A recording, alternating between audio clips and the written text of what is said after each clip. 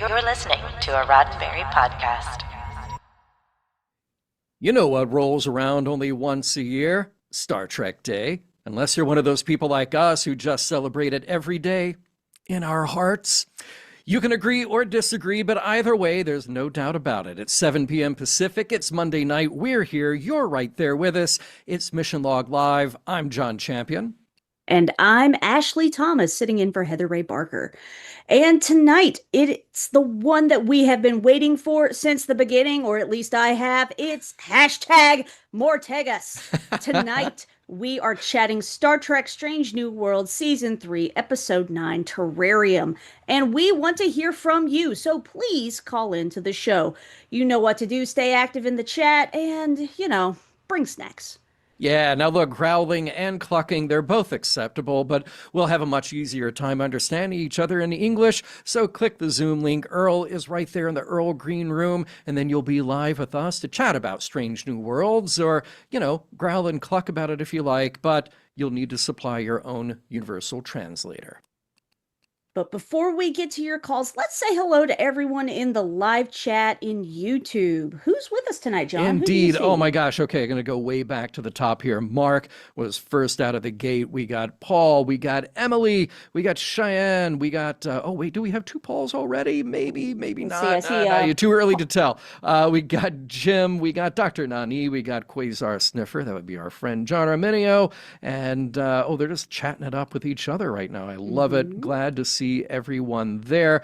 And of course, our very own Roddenberry bot is in there as well, letting you know about everything in the wider Roddenberry podcast cinematic expanded universe. I count two Pauls. So we got good. Paul Wright and Paul Troutwine, and Dr. Nani is here. Did we say Dr. Nani? Yes, yeah, we did. Yay. Excellent to see and everybody. BC, so Al Moraine. Oh, see, you said it. You said it outright. How dare both of you? I do not hate Come Along Home. My sister Shar is here. Hi, Shar. Hey, Shar, right on. Hey. And by the way, Ashley, thanks for joining me tonight. Obviously, this is a very important episode to you, being the massive Erica Ortegas fan that you are. So I'm glad we get to do this with each other, finally. Oh my gosh. Thank you. Thank you for having me, John. And thanks for letting me step in and talk about my girl, Erica. So very, very excited. Got big feels about this one. Excellent. Now, look, before we get to what's happening in Roddenberry Podcast, we want to remind everybody, of course, you are watching us now, I hope, on YouTube. We made some announcements today on Star Trek Day about how we are taking a bigger leap into the world of YouTube. We even premiered the new Ranking with Roddenberry series hosted by our own Jessica Lynn Verdi. So subscribe to us, click the thing. Beam is our new channel, BEAM. Of course, you can still find us at Roddenberry Entertainment. And now we are rebranded as the Mission Log YouTube page, the Mission Log Podcasts, plural, YouTube page, because there's a lot happening on this end of the spectrum too. So there's a lot out there. Subscribe, like, share. Most of all, share. Sharing is caring. All right. Before we get into the recap, here's what's happening currently on Roddenberry Podcast. Well, Mission Log Repentance is out now. That's the one that dropped last Thursday. This coming Thursday in a couple of days, it's Prophecy, the one where B'Elanna's baby is the Klingon savior. Perhaps. We'll have to see how that plays out. And tell us a little bit about genealogy. You know a thing or two about genealogy, don't you, Ashley? I do know a thing or two about genealogy. Genealogy is on hiatus for the month of September, but now is a great time to go back, get caught up with our coverage of Jefferson Drum. Jefferson Drum is a 1950s Ziv TV show that Gene wrote 4 episodes for. And it's about a newspaperman in the Old West, which is a really refreshing change of pace from the stereotypical Westerns of the day. Yeah, truly. And I love that you and Earl have found so much meat on the bones, as it were, with some of these lost shows. Speaking of cinematic universes, I'm pulling for the Ziv cinematic universe, where we just link all of those great syndicated shows together. There's quite a few, and so many of them were based on pre-existing IP. It's not just Marvel, y'all. Yeah. We've been doing this since the 50s, so. Yeah. Yeah. We're real. All right. Yeah. What else? We've got the Trek Files that's returning tomorrow, September 9th, Yes, and it's we a do. special interview with Captain Sulu himself, George Takei. Yeah, and you don't cut him off. You let No. him go, and this is definitely a double length episode because he's just that good. He's got Mm, so much to share. So make sure you yeah, pick that one up. yeah. I'm excited to listen to that. All of those and more are available wherever you download your favorite podcasts, and you can see the whole lineup as well at podcasts.roddenberry.com. All right, well, let's get right into it. We have a lot of people standing by in the caller queue. So, how about I just refresh our memories a little bit here about Strange New World, Season 3, Episode 9, Terrarium. The Enterprise is investigating an uncharted region of space known for weird gravity and urban legends, so naturally it's Ortegas who volunteers to fly a stripped down shuttle straight through the gravimetric mess that the probes can't handle. It's all going fine until a suddenly appearing wormhole swallows her up and flings her across the galaxy. She crash lands on a desolate moon orbiting a gas giant, out of contact and short on supplies. She salvages parts, makes a water condenser, and since her rations are ruined, sets off for food, only to run into the last thing that she expected, a wounded Gorn. Back on the Enterprise, Pike is torn between launching a rescue and keeping a crucial vaccine delivery on schedule. Uhura refuses to give up, eventually catching a faint mayday from Ortega's beacon. She and Spock propose a wild idea, fly the Enterprise into the wormhole and wedge it to open it like a cork. To sell it, Uhura even adjusts the data. Pike sees through it, but he lets her run with the plan anyway. On the moon, things get strange. The Gorn, instead of attacking, protects Ortegas from some gnarly predators and shares food. Ortegas helps patch up the Gorn's leg and even rigs her tricorder into a basic yes-no translator. Turns out the Gorn pilot understands English and she's been studying her enemies. The two bond over survival, repairs, and a very weird game of interstellar chess where the winner is supposed to eat the final piece carved out of bone. Ortegas just pockets the piece and makes like it was a yummy treat. They even hatch a plan to launch an atmospheric fire signal using an old thruster tank. It works. From their position in the wormhole, the Enterprise sees the sky light up. Only Erica, Uhura says, would set a planet on fire to get our attention. A landing party beams down to rescue Ortegas, and then tragedy. La'an, acting on instinct, spots the Gorn and fires. Ortegas watches in horror as her new friend falls, and just like that, the moment freezes. A point of light materializes into a being, a metron. Or a metrone. Yes, those metrons. Metrones, depending on your accent. Turns out the whole ordeal was a test. Not of strength, but of empathy. The metron wipes Ortegas' memory of their encounter, but leaves her with the experience of the Gorn and of La'an's actions. Back aboard the ship, Ortegas is visited by Uhura in her quarters. She's struggling with how to process the loss of the Gorn who protected her and her friend and fellow crew member who acted rashly. She asks Uhura what to do, who replies, "You remember her." On her shelf among personal mementos sits a single carved piece, uneaten, from that strange Gorn game. The end. Now, Ashley, I know that you probably have so many thoughts about this episode, but before we get to our first caller, I want to throw it over to you. Immediate reactions, any immediate things that you have to get off your chest about Terrarium. I've been banging the gong for this episode since day one. So Okay. I'm so happy that I finally got a Mortegas episode. I think one of the best things in this episode is getting to watch Melissa do her thing, like, and just get to show like the full range of emotion. I was really, really impressed with, she could go from joy and, her usual snarky, playful self to despair and Yeah. anger and fear and but then to hope again. I really loved all of that. I thought that was great. There's a line towards the end of the episode that I really love, but I'll save that and let other folks talk about it because I already wrote like a really long episode review on Fangirlish for Yes, it. yeah, So everybody should check that out. thank you, thank Yeah, you. I'm going to So second what you say here. It's interesting because we all want our favorite characters to have their moment in the series. And going back to like Ad Astra, okay, I really wanted Una to have a great standalone episode. This is all about her backstory, her life, and we got it with that episode. But that is an episode that rightfully plays out with everybody else around her and how she is affected by these decisions that are bigger than her. When we all said we wanted a Mortegas episode, we got it. But not only did we get that, we got this serious acting challenge with just her on screen almost the whole time. Yeah, you come back to the Enterprise a few times, but it's mostly her and somebody in this giant practical costume slash effect, which is very impressive too.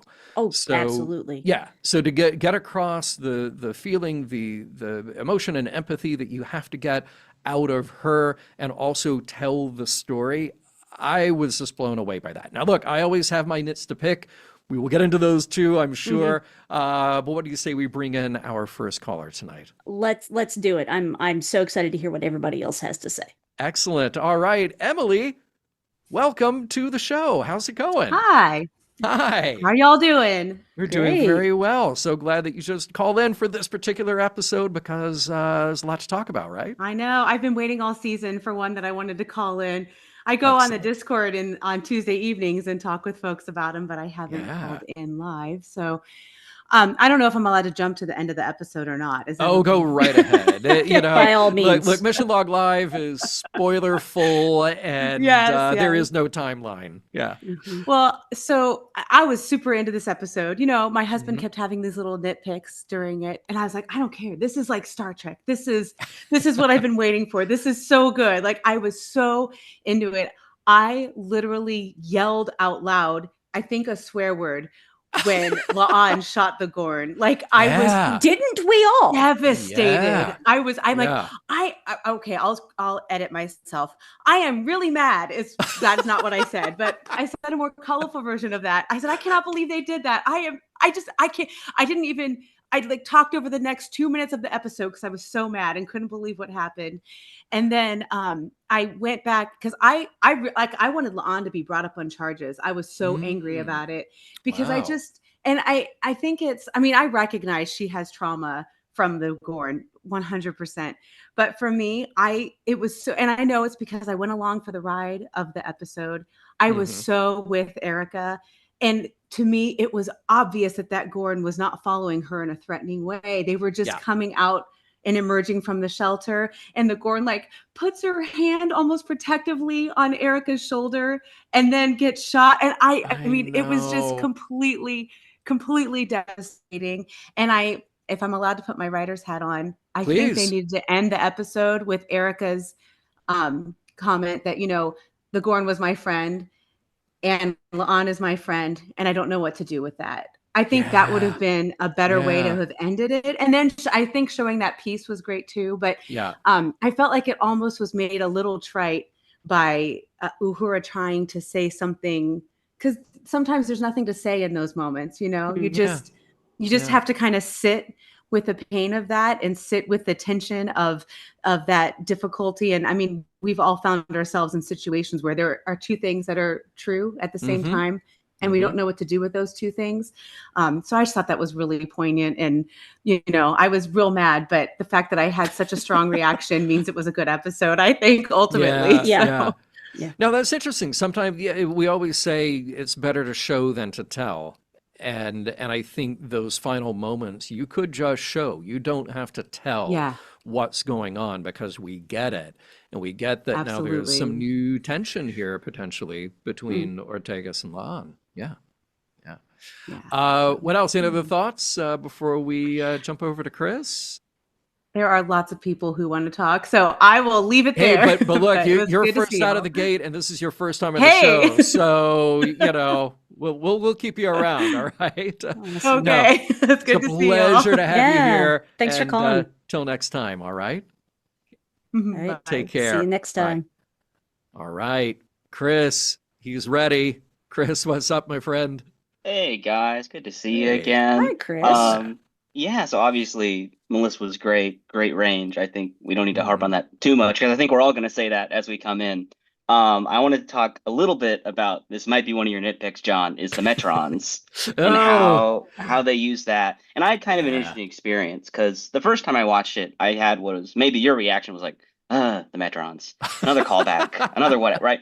Right. And then I watched it again and Hmm. I still kind of felt that way, but I was like, why am I like I was like, just let go, man. I was like, I Hmm. don't want this to like Right. overshadow what is genuinely a very good episode and a very good showcase for Melissa.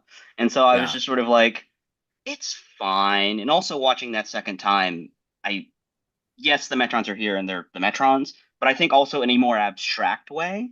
Like the Metrons are like Yeah. the cruelty of the universe, right? And that sort Oh, of like assuaged it for me, was like this idea that like things are unfair or difficult, and it's how do you rise to that occasion? And that sort of, I was like, okay, this can work. Maybe.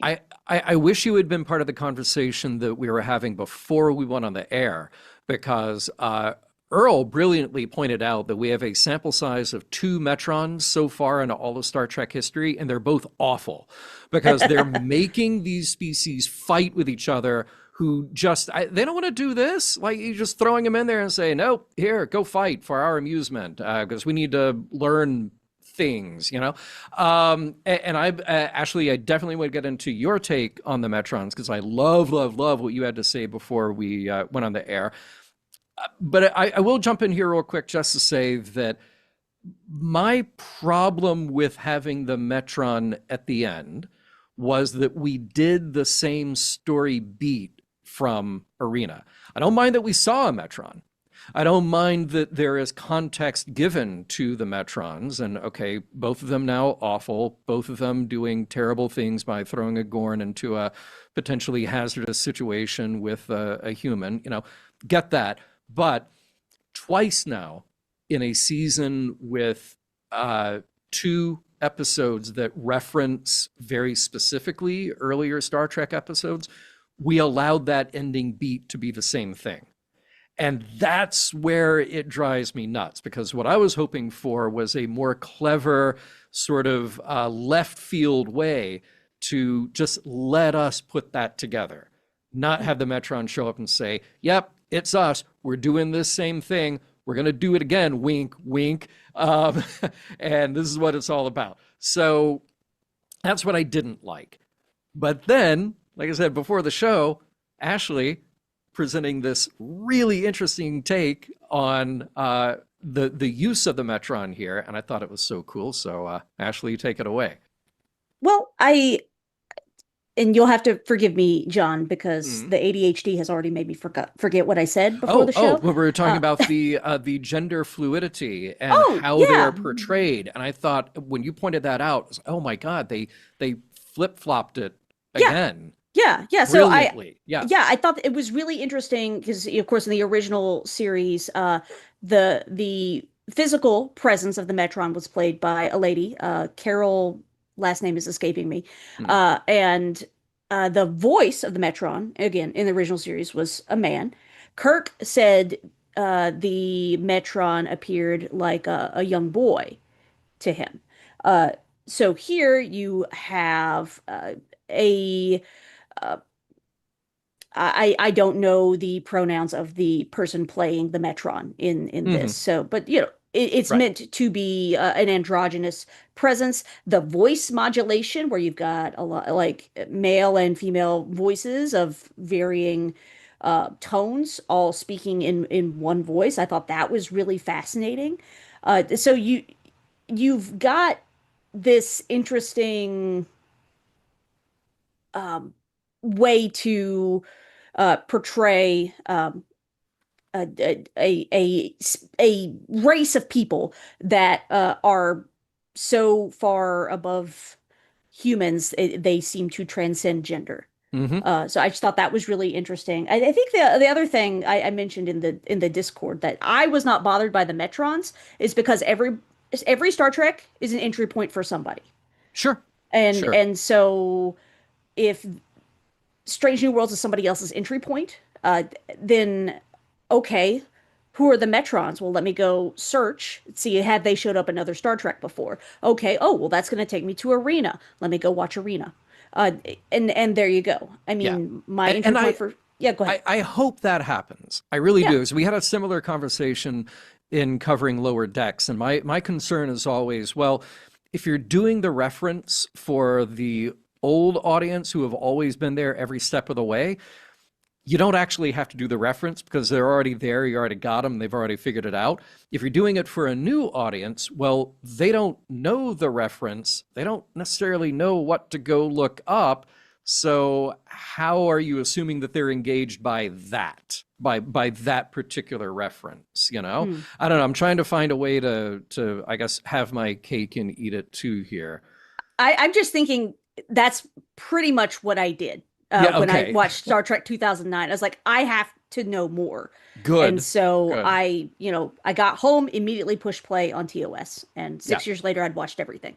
Good. All So, right. for those of you out there who have acute onset completionist tendencies like I do, come give me a high five. Nice. Chris, what else are we thinking tonight before we I jump will. over to Brandon? Yeah, I'll say there are a lot of like really good, like tiny moments in this episode, and I'll call out one in particular. Hmm. It's Ortega's is like one of the many shots where she's sort of like walking in the like endless plane of the volume. And she says Yeah. something along the lines of like, "Oh, this is fun. Fly a shuttle, go on a mission, whatever." And Uh-huh. that I don't know whether it was intentional or not. That reminded me very much of Bruce Willis in Die Hard. You know, Yes. to the coast, how she Oh, laughs. So I don't know whether nice. that was something from the writers, something that Melissa was putting in, but I thought that was a nice little moment. Might have been. That's a Mhm. hard thing to do when you take an actor and you say, okay, all the dialogue is you and you're telling the story. So it's not a really natural thing anyway, but we accept it in a movie like Die Hard. We can accept it here to tell this story.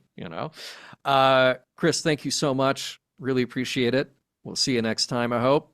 All right, see you around, guys. All Thanks for right, calling, see ya. Chris. Speaking of desolate moons orbiting a gas giant, here's Brandon. I hope your Hello.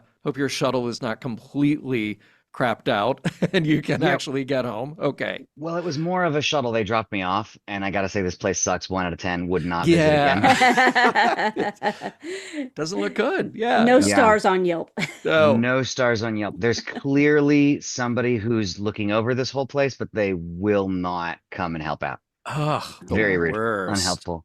The worst. Well, what's on your mind? Mhm. I mean, what was really on my mind through all of this was just like, yay, more Ortegas. And yeah, like it feels like they were, I think I said this about another episode a while back with a different character where it was like, oh, you want more Ortegas? Here's all Ortegas. And I Right. I was like, yes, thank you, please, may I have another? Yeah. Because wow, I mean, I knew that I liked Melissa Navia and her performance in this show, but this just blew me away. I had a great time watching this episode. Could not look away. Um, I will say that as has already been said, um, when she said it feels like somebody's watching us, I was like, almost as if you were in some sort of arena, perhaps. Crap, we're doing Uh, that, are we? oops. Mhm. But Yeah. oops. Yeah. But and I was, I had that sort of like, it can just be this thing. I mean, Yeah. I liked the idea of another layer there too, because from the very beginning, they did a really good job of conveying like something here just really isn't what it seems like. This place is very, very weird. Um, her luck is worse than it usually is. Hmm. I mean, the cupboard with the food in it caught fire. Yeah. That's Yeah. like I didn't I that is just a problem we literally in 60 years of Star Trek have never encountered. Mm. Um, and just what a bummer. And then, I don't know how much of it was the Metrons, whether they literally just put the pieces in play and then let go, or if they Mm. were such jerks that they were like, no food for you. Yeah. Um, Right. Right. Oh, and we're gonna hurt the Gorn. and we're gonna hurt the Gorn. Yeah. Um, And I kind of found myself wondering, like, how long have they been planning that? How long has that Yeah. Gorn been there? Where they're like, Yeah. just wait, we're gonna find you a human who really has some history, and just Mm-hmm. pop them right through a wormhole here, and then we'll see. Phew. Yeah. I mean, we are never given like a lot of information about how powerful the Metrons are, but if they are powerful enough to orchestrate, a little Yeah, shuttlecraft through a wormhole, that I mean that Mm-hmm. I could see them like forcing Erica to leave the ship because I ain't got no snacks, and then forcing the Gorn to injure herself somehow or another, and she was there long enough to be lonely. I mean, unless that's yeah, a really Yeah. extroverted Gorn, Yeah. hashtag, I get it. You know, me too. that to me means that Gorn was hanging out there for a hot minute Yeah, before Erica got there. Yeah. yeah, absolutely. And this was so I full disclosure have not myself actually seen Arena. Oh, Um, interesting. Okay. Yeah. I but I am familiar from I mean, you're talking to the guy who used to just cover to cover read the Star Trek encyclopedia. So in a way, in I my head, I feel like I've seen a lot of it. love Um, it.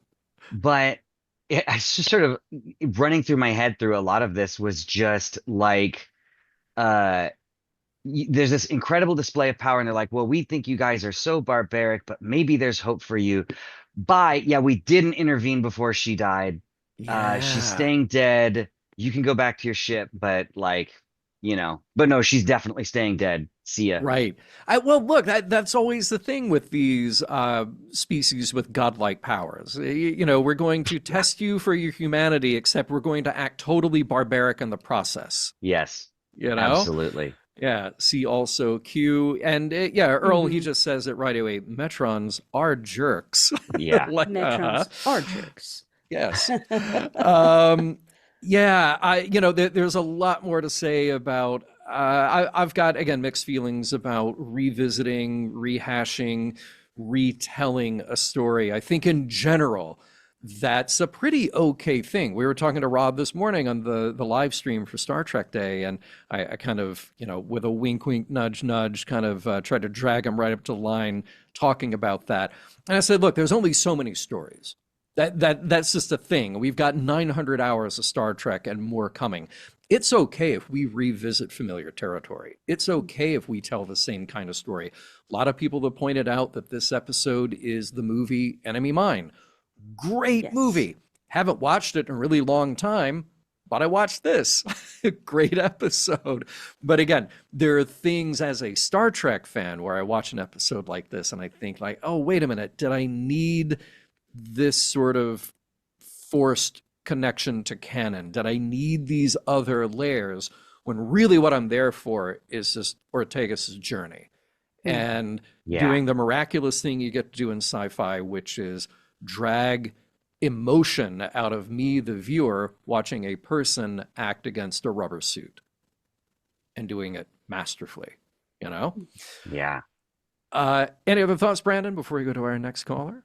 Yeah. I just Uh, I feel like I have to say that I know I've been pretty hard on this season of Strange New Worlds, and this I really felt like this was core Star Trek. I mean, I could name, like, to what you were just saying about stories that we've seen before. Yeah, I could name a bunch of episodes where it's like, oh, they took a little slice of this and they took a little mhm. slice of this one and they all threw it in. And but it worked so well. And I cared so much about that Gorn.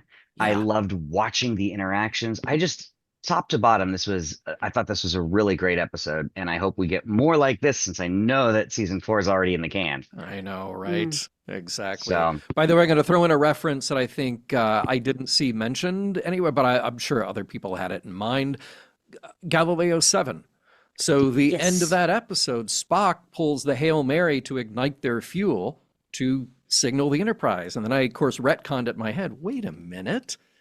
Did Spock think about that because he saw the brilliant Erica Ortegas pull off that same maneuver? oh, Uh-huh. Mhm. Yeah. Yeah. I like it.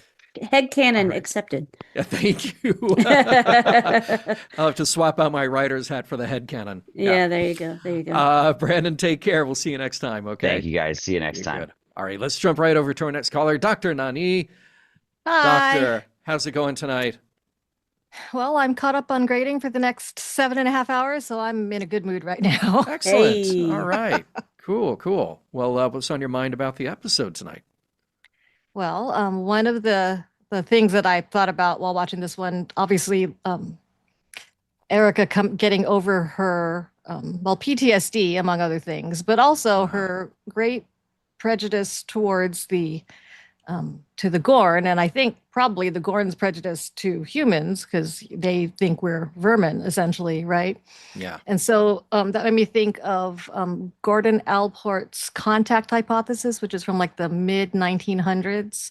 Oh, incidentally, today one of my students sorry, I'm going to go off topic for just a second. Reading the episode analysis for A Measure of a Man from last week, one of my students said, "It's amazing that a show about the future connects so well to today and the 1900s." Yeah, right. I felt so old. And I could not figure, I would not take off a point for that, but I was like, oh my goodness, did you have to say it like that? Okay, sorry. Anyway, mid 1900s, Gordon Allport, contact hypothesis. He wrote a book, it was The Nature of Prejudice. And he was saying that there were basically 4 ways that we can reduce prejudice for what we call intergroup contact. So when groups are, trying to deal with each other. And so one is you have to have equal status between the groups. And so in this case, of course, Erica and the Gorn are both stranded and hungry and, alone. So that's the equal status. Common goals that require collaboration, right? Of course, trying to avoid the storm and the little creepy crawly creatures that looked a whole lot like long centipedes. Didn't like that because you know what they reminded me of? In What? Star Trek 3, when they go back and find Spock's the torpedo tube that he was interred in, and then they find that all the bacteria have grown up because of the Genesis device.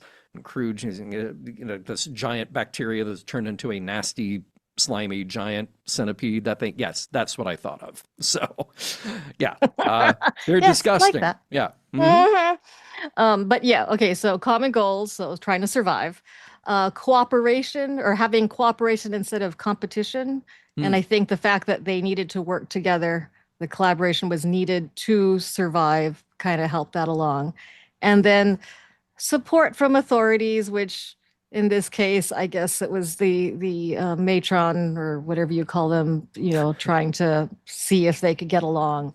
But when you have those 4 things, then you can usually help at least the people within those groups to get past their prejudice.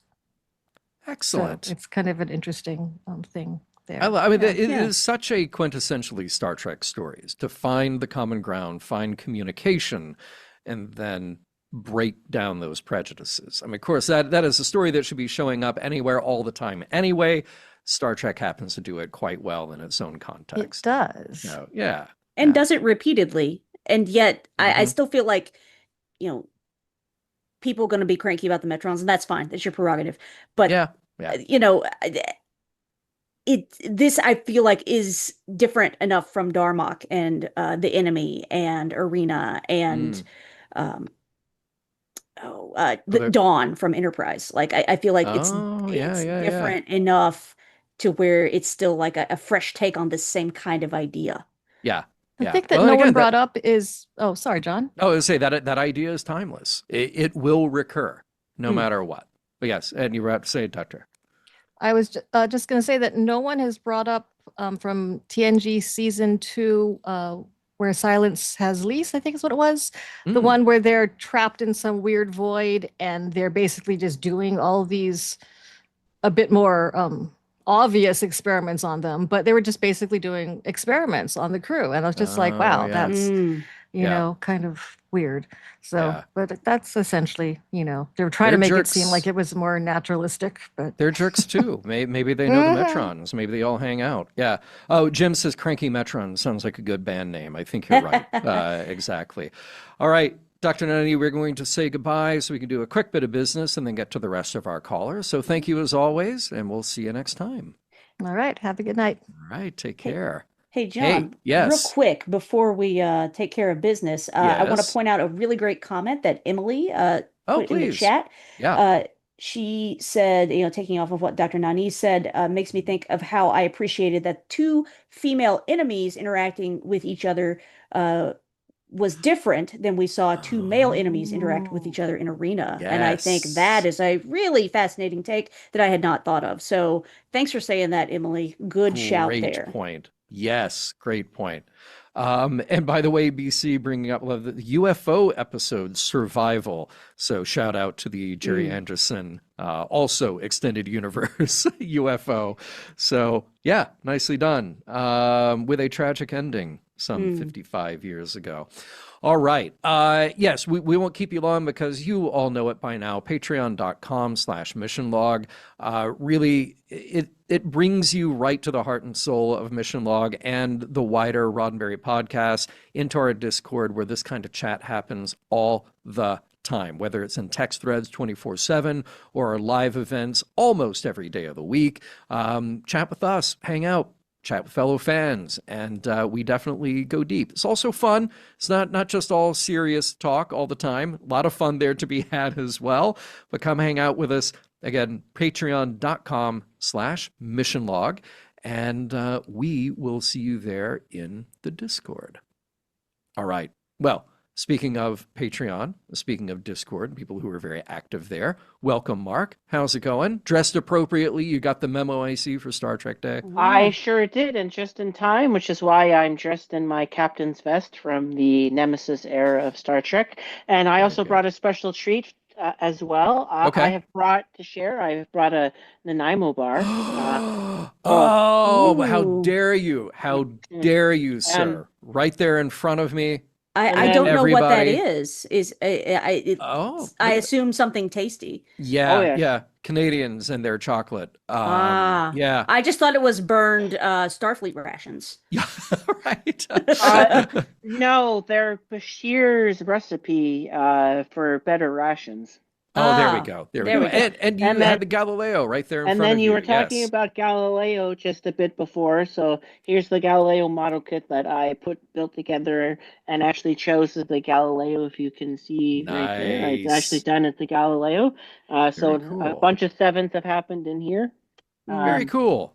and I actually wanted to come in and we talked about a few episodes. One of the things, since you just did Patreon, it actually ties in Mhm. well. This episode ties in really well to something that we didn't do too long ago on Mondays of the classic 1980 episode, The Return of Starbuck, where work Yes. Oh my God, of course. two Yeah. enemies two enemies work together and help to uh, get a baby off the planet that becomes Dr. Z. Yeah. Well, Famously, but that's not such yeah. a good part. But the two of them working together as common enemies it's very fun, and that kind of ties into what I wanted to come in and talk about Hmm. how the importance of empathy. Hmm. And when one loses empathy, dangerous things can happen because you start seeing the person as the other, and it means that you can do dangerous things in them. But when you have empathy, it allows you to build a connection, build bridges, build a united federation of planets, Yeah. build a united Earth, Yeah. even. Uh, and I think that, I think a thing that this episode, shows is that she starts off not having empathy and grows to have empathy, and that's a classic thing because that's Kirk learns the empathy as well in the arena that you have brought up, and Hmm. another Star Trek one, and that's an arena, and then in the enemy with Geordi and the Romulan and from Yeah. TNG, that they also learn to have the empathy as well, and it lets it humanizes the characters and lets them be better and realize that it's more than just the tribe of themselves. And I think that's a point that Star Trek's been making for a very very long time. And then even, of course, referencing back to Star Trek First Contact, which I'm wearing today, Mm-hmm.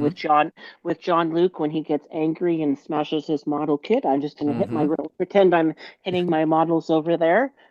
You know, he has such a hatred of the Borg that he's lost his empathy, and it takes I forget her. I forget Lily. her. Yeah. Lily to Uh-huh. bring him back to realizing the importance of empathy and realize that he's gone off the rails and rein it in and become the empathetic Picard that we know. And Yeah. I think that this one builds upon such a history and tradition of Star Trek, and I think that's uh, I think that's such a Star Trek message, and it's more fitting that we get to talk about that on the day that Star Trek launched, and it's the power of the power of being able to think of those things, especially the historian in me, since I have a BA in history, thinks of how much crazy the Cold War was going on, and it was empathy over time that helped to bridge the sides and lead to detente and the cooling that would happen Yeah. in the 70s. And I think that's a message that we sometimes see lost, is the importance of empathy in what we do. And I and as a person with autism, uh, empathy is very much a lot that of how I function. And sometimes it can be hard for me to watch news and other things because I have so much empathy, and see so much social issues that cause me problems that I want to fight for, and that's what I wanted to talk about today when I Nicely came on. said. Nicely said, Mark. It's an interesting conversation because empathy, to me anyway, in my experience, empathy is not a thing that can be taught. Can't be taught in an abstract, like as a lesson, like, oh, here's what this is and here's how you do it. But it takes something like a piece of entertainment, of course, lived experience as well, but it takes something like a piece of entertainment that can reach you on an emotional level to understand what empathy is and why we need to live by that as a guiding principle in all of our interactions. So, Mark, thank you so very much. We need to move on. We got a few more people to get to before we say goodnight. And happy Star Trek Day back to you. I'll say goodbye as I Oh finish my man, you're killing nano me. bar. You're killing me. All right, take care. Have a good one, man. Awesome. Thanks, Mark. All right, let's jump over to John Armenio, Quasar Sniffer himself. Hello, Hi John. there. How's it going? Great. I was so excited to get Mortagus finally. Jeez. Yes. Yes, yes, yes. Just weird coincidence for me personally, for work, I was reading the new releases, and the thing that I did right before watching this episode was read a new graphic novel called Spectators by Brian K. Vaughan and Nico Henriken, where it's revealed that the main character's favorite movie is Enemy Mine. Mm. And that's the mentality I went into with watching this episode. So very weird coincidence, but anyway. It's a great movie, Yes, yeah, love that movie. So the last time, we talked about the Gorn, I made a comment about how it would take one side to demonstrate radical empathy in order to bridge that the divide between these two species, much in the same way that if we're gonna make peace between like Israel and Hamas, or in the 19th century between the United States and the Native Americans, like somebody needs to make the first step to reach out, and oftentimes in the real world that doesn't happen. But it fascinates me that in this scenario, it was the Gorn who was the first person to reach out. And Yeah. it got me thinking, like, should Ortegas have maybe, or should we have seen Ortegas maybe ask, hey, why didn't you just kill and eat me? But it was so fascinating to me that when Ortegas got the universal translator working, that the Gorn clarified that it does not see humans as prey, It saw us as an enemy that it wanted to learn about. And so that was one of the I saw as a bit of character development, that the Gorn decided to stop viewing us as these like subsentient vessels for their consumption and another species of equal intelligence. And I think that intellectual investment of learning human language led to emotional investment. Like, it was forced to put itself in our shoes in order to learn about us. And I thought that was just a great bit of character development that, that separated this show or this episode from an episode like The Enemy or a movie like Enemy Mine, because these species are so separate and have so little contact. So I think it shows how extraordinary this individual Gorn was in its ability to empathize with humans first, and why it's such a tragedy that it was killed by Elan at the end. It's interesting. I never believe anymore that there is a long game planned out for TV shows because we learn so often in retrospect, like, no, they just had an idea and they did it and then remembered and kind of came back to it years later. But it is interesting. We've had a lot of buildup with the Gorn. And now we end up with this situation where there's perhaps even more payoff, because we've actually built, we understand the fear that's built into our crew because of every other encounter with the Gorns so far. So you totally get Ortegas's absolute fear to run away and think, yeah, she's just going to be food. And that scene where she's saying, like, just do it, just kill me now. It's intense and very real. You actually buy the moment, because we've seen every other incident that they've gone through. Yeah, so. And we certainly understand the trauma that Ortegas has been going through. But I know we only have one episode left in the season, but I would love there to be like confrontation between Ortegas and La'an, where they have to examine their own prejudices and what their trauma has led them to do, because this act of violence, destroyed the possible any future connections these two species, these two peoples could have had. And it'd be nice if they could communicate with each other how devastating that was, both personally and in terms of the Federation. Yeah, agreed. Yeah. All right. Go ahead, Ashley. Oh, I was going to say, just because this is the second or third time it's been brought up tonight, I listened to an interview this week with writer of the episode, Alan B. McElroy. He says, one, Arena is his favorite Star Trek episode. And two, he was actually pulling directly from Enemy Mine for great. this. So a good shout on all of the above. Yeah. Nice. All right, we got to jump over to our next caller. So great to see you, John. And great to see you. See you again soon. Take care. Thanks for calling, John. All right, Jim. Jim, what is on your mind tonight? Jim. Hi there. It is going great tonight. Great. Yeah, so I thought that this episode would have been like, and I don't mean to be Mr. Negative sounding with this, I really don't, but I thought this criticism is welcome here. Yeah, so it's not criticism, it's just might be taken the wrong way. But I thought, like, Ortegas doesn't have plot armor in TOS. That's already been well established. So I thought this, like, as much as I want the character to stay for as long as humanly possible, I thought this could have been a great episode where we, like, see her get, for lack of a better way of saying it, killed off. And, like, the Enterprise crew never knowing what happened to her type of a thing. Like, I think you just broke Ashley. You broke Ashley. I'm going to quote Alan Cumming in the highly underrated film Josie and the Pussycats. Take that back right now. Why I prefaced it with, please don't take it the wrong way. No. I just do not even speak this into existence.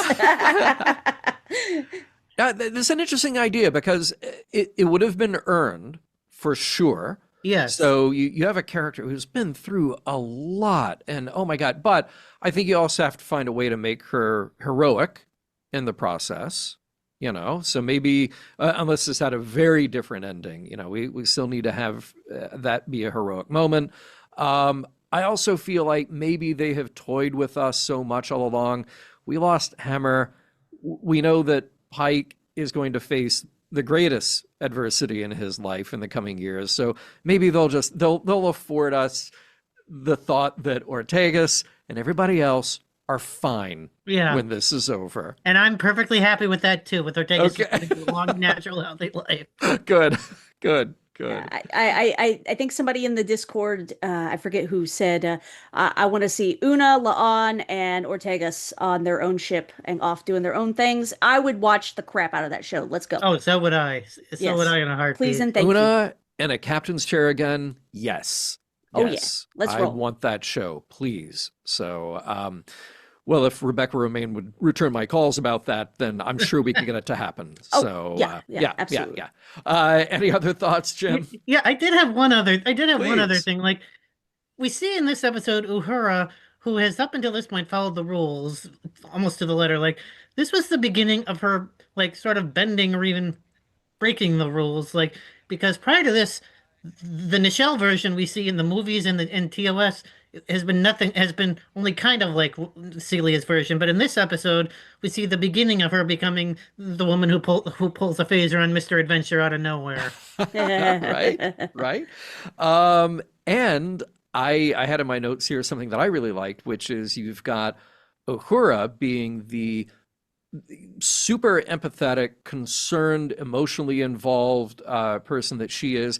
You got Spock using the cold logic, and then you have Pike in that either super ego or ethos role, however you want to peg it, and just say, yeah, he's the one now who's got to make decisions between all of these points of view. So it truly was a slice out of TOS in that respect. Yeah, it's basically like just switch out McCoy and Kirk for Uhura and Pike. Yeah, right. All right, Jim, thank you so much. We will see you again soon. A pleasure as Take always. care. Till next time. Thanks for calling, Jim. Yep. Hey, and before we go to our next caller, I do want to share this. Adam, our friend and listener over in the UK, it's a little late for him to stay up. It's like 3 o'clock in the morning or something by the time that we're on the air. But he does send an email from time to time about these shows, and he shared this episode was so good up until the reveal of the Metron. It completely undercut the message by having all of humanity based on La'an's action. Everything she did and learned and demonstrated was undone by La'an's itchy trigger finger. So interesting thing there. Yeah, it is true. The Metron was judging the whole situation by La'an, not by the incredible strides that were made by Ortegas.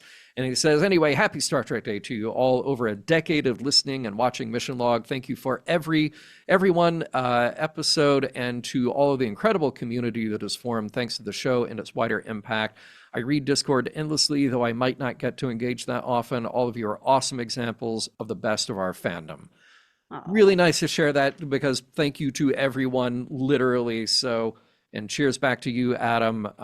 See you soon sometime, I hope. Let's go over to Cherie. How's it going? Cherie. By the way, there's a Gorn behind you. I don't know. I'm joined by our friend Gorny. Oh, okay. Is that Miss Gorn? So this is the Gorn from actually the second part of Hegemony. This is okay. one of the Okay. pilots who was on screen for 2 seconds and is now one of my favorite characters. Wow. Look at that face. Look at that face. They're living their best life. Their best life. Look at the face. No doubt. It does look really happy. Question, Cherie, is it your headcanon that this particular Gorn is Miss Gorn that we meet on the planet? Yes. I love this. That's my new headcanon. Yes. This is Gorny. Gorny. Her name is clearly Gorny. Yeah, Gorny. Yeah, I was calling her Miss Gorn. That's what Heather Ray Barker called her. I watched Jesse Gender's review, and it seems that we both came independently to the idea that this creature's name is Gorny. I love when that happens. I love it. I love it. That's awesome. so sweet. All right. Yeah, with that's canon now. I mean, come on. Just connecting the two episodes and the name. I love it. She clearly Well done. loves being a pilot, and she Yeah. flies the ship. She flies the ship. It's the Gorn that flies the does. ship. It's perfect. Awesome. Well, I can tell. I think you had a pretty strong feeling. It seems like you like this episode. Any Yeah, thoughts you like want to this share with episode. us here? Yeah. I will say in response to that email, I think though it makes sense that the Metrons are judgy. It kind of seems like all they do, and also like they base it on one person because they based it on Kirk too. They're just like, okay, since this one guy did this thing, Right. I'm sure all humans would act that way too. Look, Ortega's had every opportunity here to throw on under the bus and say, hey, I did all the work. I connected with the Gorn. I can't answer for my augment friend. She's related to Khan. So, Right.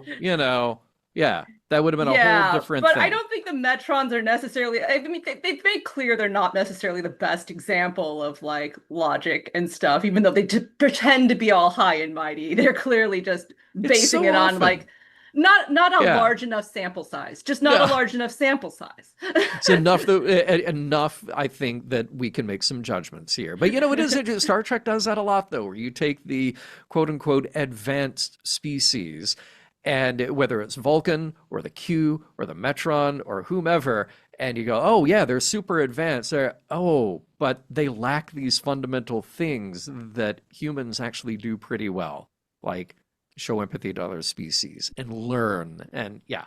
So, but that's Star Trek. That's the human adventure, right? Yeah. So what else are you thinking?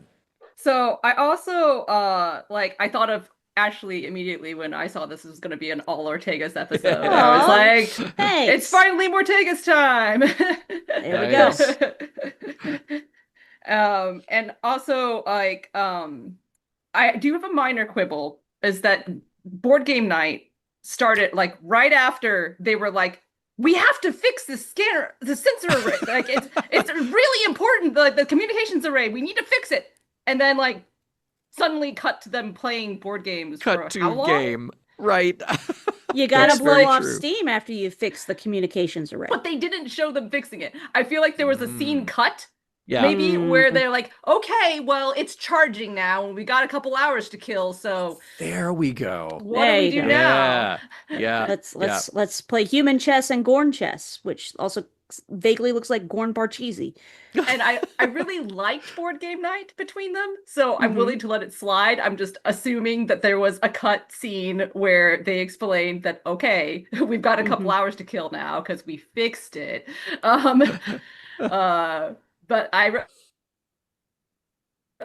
did really like that, and I did really like how Emily pointed out the difference between like male and female, like the enemies meeting. But I do Yes. really want to see Kirk and the Gorn now play games together. Yeah. Hey. Yeah. I like that. Well, remember that commercial though? Wasn't that Shatner and the Gorn, and they were playing video games together? So we kind of I didn't see that one. I'll have to look that up. Maybe there's a bit of Forgot all about inspiration that that. crept into this episode. Yeah.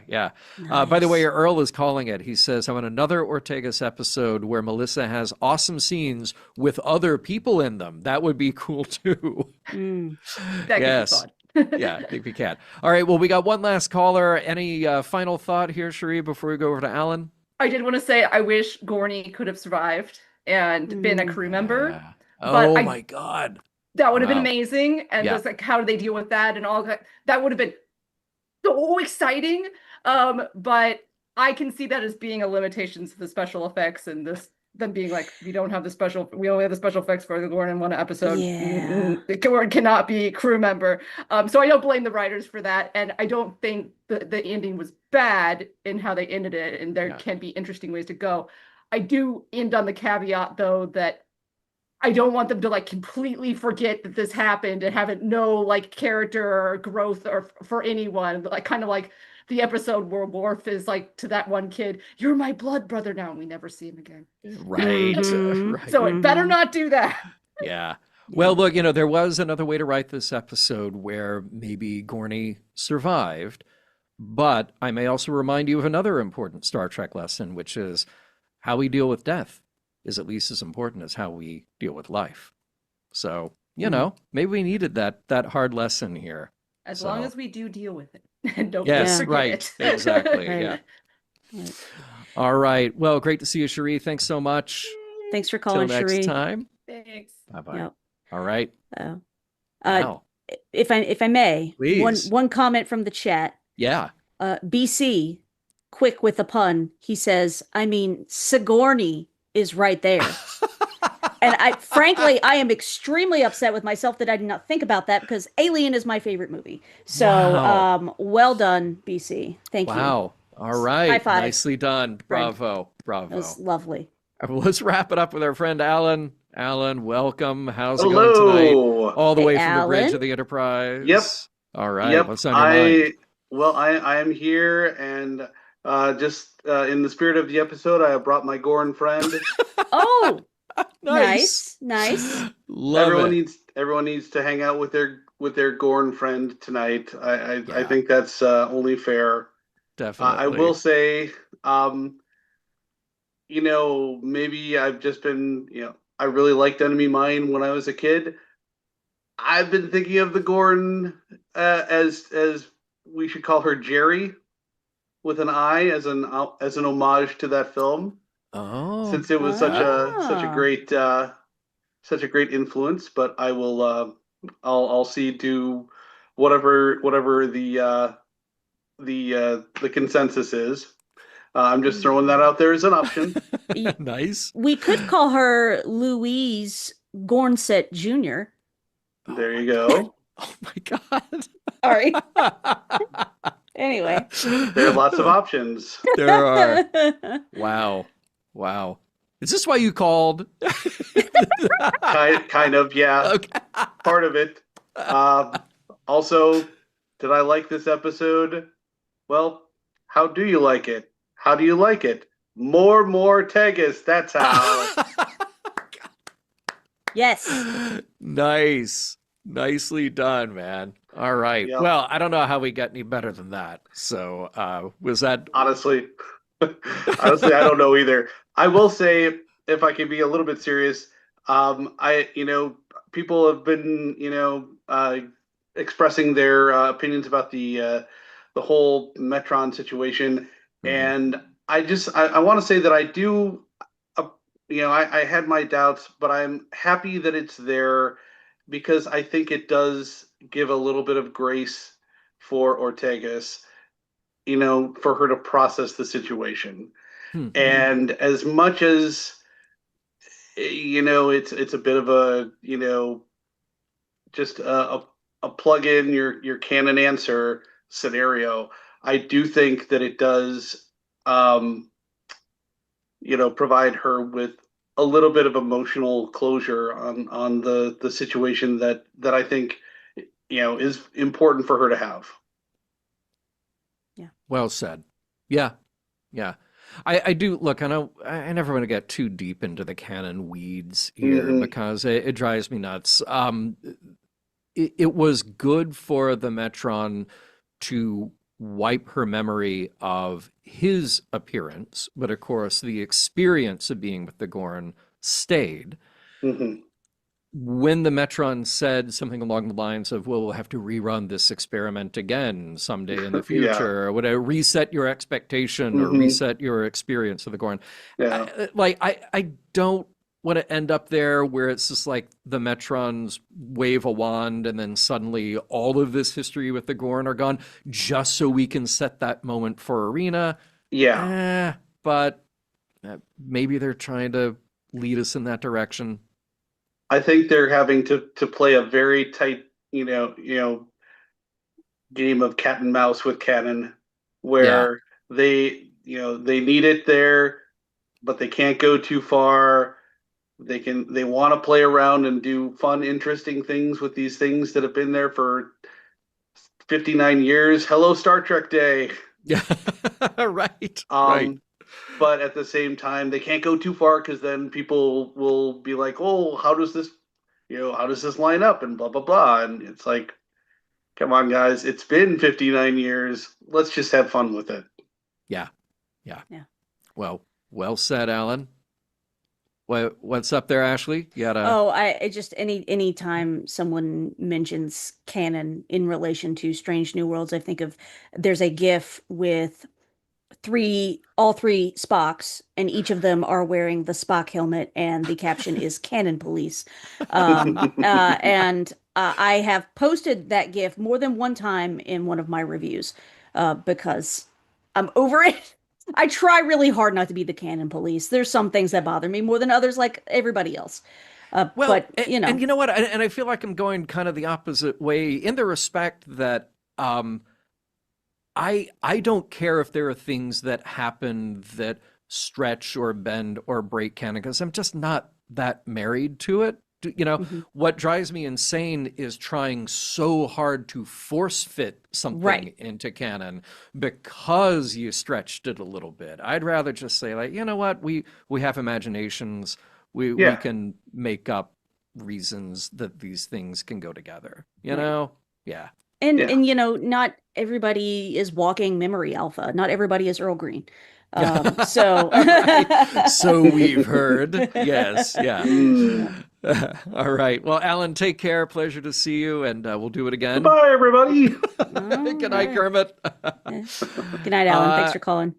Ashley, any parting shots, any important notes you didn't get to that you want to share with our audience? Oh gosh, let me take a quick peek at my notes. Really quick, I require a minimum of 3 more Ortegas episodes before the series is over. Please and Okay. thank you. If Yeah. Melissa is not nominated for an Emmy, Ooh, if she's wow, not nominated okay. for an Emmy, we riot. I will lead the charge. Okay. I think the best part of the episode for me, though, is Erica saying at the end to Miss Sigourney, Mhm. if doesn't work, at least we know we're not broken anymore. Yeah. And I Great really line. connected with that line for Yeah. reasons I elaborated in the Discord. But when you are a girl who doesn't always connect well with other girls, and you find another lady to be buddies with, and someone who understands you, that is a big deal, and it makes you feel not so broken. And I love that. So Beautifully I said. I read my lived experience into that. So Beautifully but anyway, said. I love that line. That made me really happy. Thanks for sharing that with all of us tonight. Yeah. And thanks for doing the show with me. I'm so glad we got to do this. Oh my gosh. Thanks I for think having me. we'll- This is lovely. I think we'll do it again, okay? Sounds good to me, bro. All right. Mission Log Live is produced by Roddenberry Entertainment. Technical production on Mission Log and Mission Log Live by the incalculable Earl Green. Be sure to visit podcast.roddenberry.com for the latest from Roddenberry Podcast. If you'd like to support Mission Log directly, give us a look at patreon.com/missionlog. Thank you to everyone who joined us live or later. We look forward to seeing you to talk about episode 10, the season finale, next week.